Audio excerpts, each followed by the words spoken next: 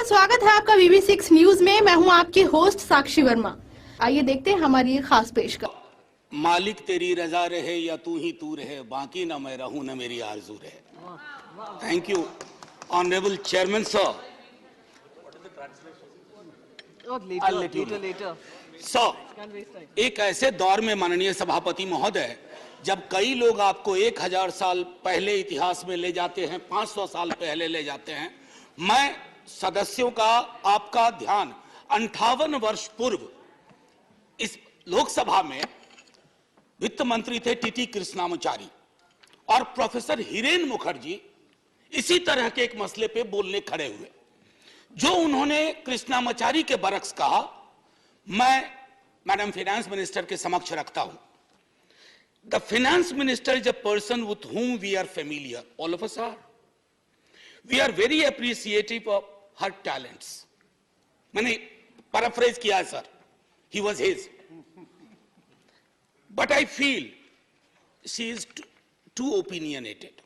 Holding an opinion and being opinionated are two different things. Then he quotes, वो ये भी कहते हैं, I asked the FM to discard perilous casualties.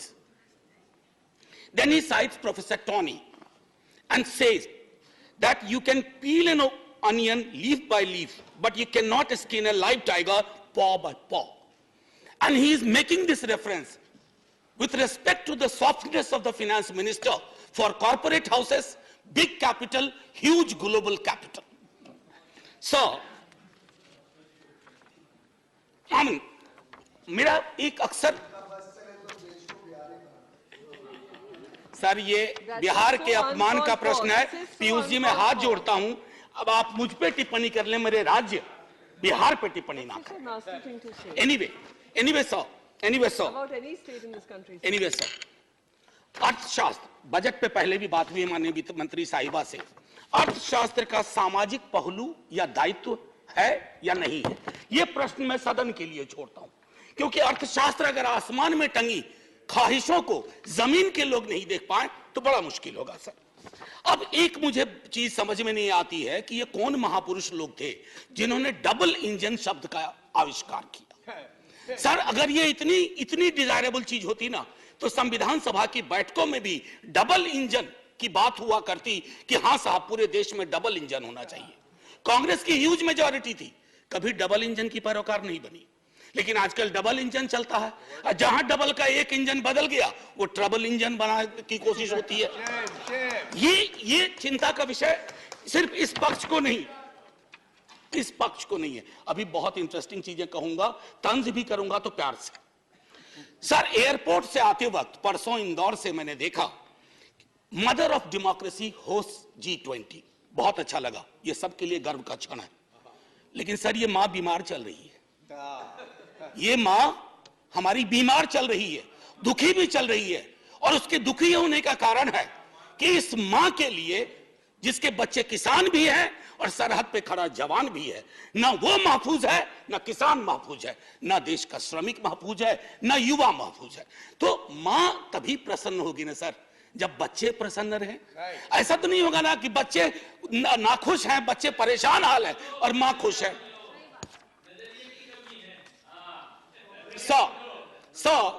Ma'am finance minister car चलाती होंगी या car में बैठती होंगी। सर, कार में एक रियर व्यू मिरर होता है, जिसमें अक्सर ये लिखा रहता है, objects in the mirror are closer than they appear.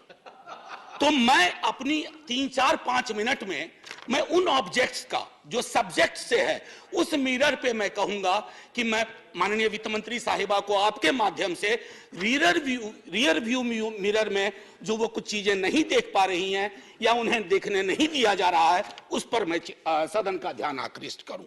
Sir, गरीबी का आंकड़ा 2011 से हमारे पास नहीं है। गुर्बत है कि बढ़ती जा रही है, गरीबी बढ़ती जा रही है, हर क्षेत्र में, हर राज्य में। आप देखेंगे सर, घड़ी मत देखिए, हाथ जोड़ रहा, आप घड़ी देखते हैं मेरी बूढ़ी घड़ी आनी शुरू हो जाती है। सर, मैं ये कह रहा हूं कि गरीबी को लेकर के कल भी एक सदस्य, सीनियर सदस्य हैं, यहां भले सीनियर ना हो, बिहार के बहुत सीनियर हैं, उन्होंने जब गरीबी से ऊपर उठाने की बात कही तो सारे वो आंकड़े दिए जो 2005-6 वाले थे।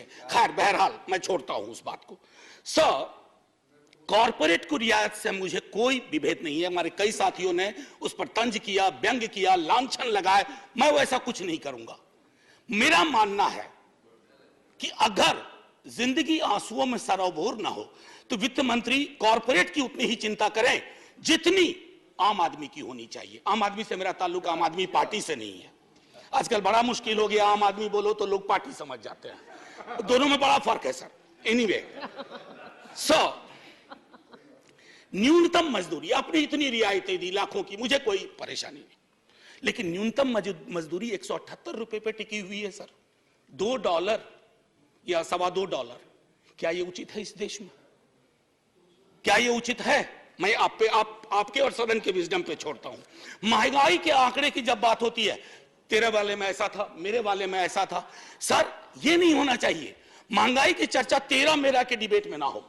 महंगाई की चर्चा हो कि गरीब की थाली में महंगाई का असर क्या है, रोटियां कितनी कम हो रही है, सब्जी कौन सी गायब हो रही है, दाल कितनी पतली हो रही है, ये होती है महंगाई की बात। ये नहीं होती है कि तुम्हारे टाइम में इन्फ्लेशन इतना था। अरे साहब, थाली में इन्फ्लेशन ऐसे नहीं परोसा जाता। 7.5, 4.6 थाली में रोटियां जाती हैं, उसके नजरिए से इन्फ्लेशन को देखना होगा। अब आइए सर किसान की बात करें। किसान आंदोलन हुआ, आप खुद उस पृष्ठभूमि से आते हैं।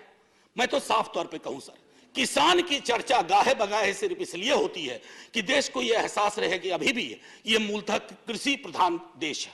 अन्यथा कृषक, किसान, जिस देश में कल कई लोगों ने आत्महत्या के आंकड़े दिए, वैसे बहुत अंक देखने से, क्योंकि ये सरकार आंकड़ा प्रबंधन में माहिर है सर, जो वाला आंकड़ा पसंद आता है वो ले लेती है, बाकी कहती है तो गलत है, ये तो हमें बदनाम करने की साजिश है। मैं उसमें नहीं जाना चाहता। मैं मानता हूं कि आप आंकड़ा प्रबंधन में MBA का कोर्स शुरू कर सकते हैं। मैं सर इतना कहना चाहूंगा कि हर 2 घंटे किसान आत्महत्या करता है सर।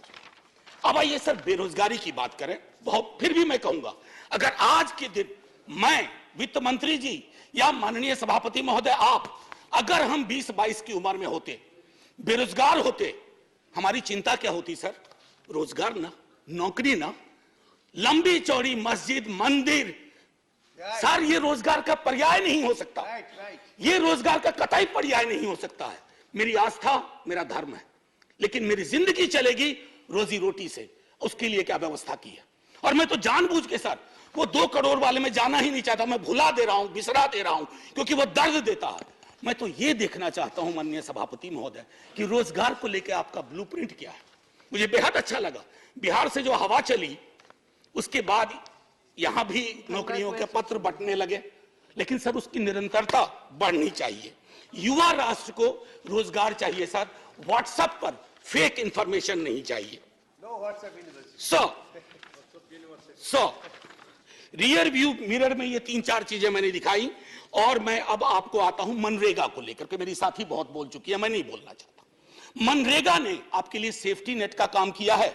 आपके पास you had no safety net, you used मनरेगा as a safety net, so broaden the horizon of this safety net. उसमें मजदूरी न्यूनतम सुप्रीम कोर्ट का आ गया है, उससे बढ़ाइए। शहरी इलाकों में भी वो एम्प्लॉयमेंट देने की कोशिश करिए, ताकि मनरेगा अगर सेफ्टी नेट है तो आप उसका भरपूर फायदा उठाइए। मैं ये कहना चाहता हूं सब। हमारे इस खास पेशकश में मेरे साथ सिर्फ इतना ही। देखते रहिए VV6 न्यूज। नमस्कार।